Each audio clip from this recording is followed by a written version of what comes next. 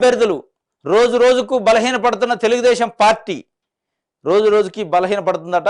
పనిచేయని పొత్తులు 2019 ఎన్నికల్లో చిత్తుగా ఓడిపోయిన తర్వాత టీడీపీ పరిస్థితి దయనీయంగా మారిపోవడంతో ఈ ఎన్నికల్లో ఇతర పార్టీలతో పొత్తు ఉంటే తప్ప ముందుకు వెళ్లే పరిస్థితి లేదని గ్రహించిన చంద్రబాబు జనసేన బీజేపీతో కలిశారు. అయినా పార్టీ బలం పెరగపోగా మరింతగా క్షీణించడంతో సహనం కోల్పోయి ఎన్నికల ప్రచార సభలో అవాకులు చవాకులు పేలుతున్నారు. మరోవైపు చంద్రబాబు సభలు రోడ్ షోలను జనం నుంచి స్పందన లేకపోవడంతో టీడీపీలో ఆందోళన పెరిగిపోతుంది. ఒకవైపు వైఎస్ జగన్ రోడ్ షోలు సభలకు జనం పోటెత్తుంటే తమ సభలకు జనం రాకపోవడంతో టీడీపీ నాయకులకు కళ్ళెదుట ఓటమి కనిపిస్తుంది.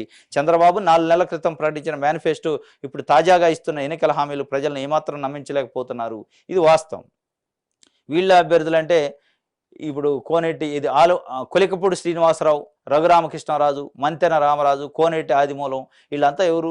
రఘురామకృష్ణరాజు, కొలికపూడి శ్రీనివాసరావు అంటే టీవీ5, ఈనాడు, అదేవిధంగా ఏబిఎన్ ఆంధ్రజ్యోతి, ఏబిఎన్ ఛానల్లో డిబేట్లో కూర్చున్న వాళ్ళకి టికెట్లు ఇచ్చారు.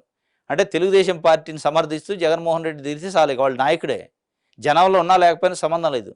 తెలుగుదేశం పార్టీని వెనకేస రావాలి, జగన్మోహన్ రెడ్డిని ఇష్టం వచ్చినట్టు నోటికి వచ్చినట్టు తిడితే వాళ్ళు అసలైన నాయకులు, ప్రజానాయకుల కింద వీళ్ళు ప్రొజెక్ట్ చేశారు. ప్రజల్లో మద్దతు ఉందా లేదా సమస్య కాదు, వాళ్ళకి మీడియాలో తిట్టాలా.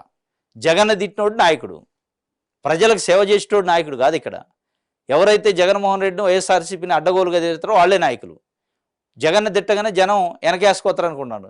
వీళ్ళకి అర్థం కాదు ఏంటంటే ఎవడైతే జగన్మోహన్ రెడ్డిని వైఎస్ఆర్సీపీని ఎక్కువగా తిడతాడో వాళ్ళు ఎక్కువగా తిడతాడో వాళ్ళని ప్రజలు తిరస్కరించే పరిస్థితిలో ఉన్నారు.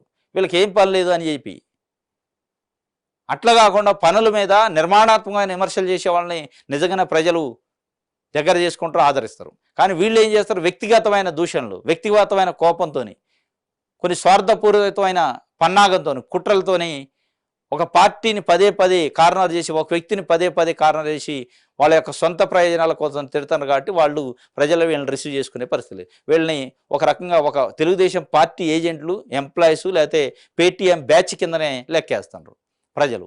ఆ పేటీఎం బ్యాచ్కి రేపు ప్రజలు బుద్ధి చెప్పే పరిస్థితి ఉంది. అందుకే వీళ్ళ అభ్యర్థులు అని చెప్పి ఒక వార్తని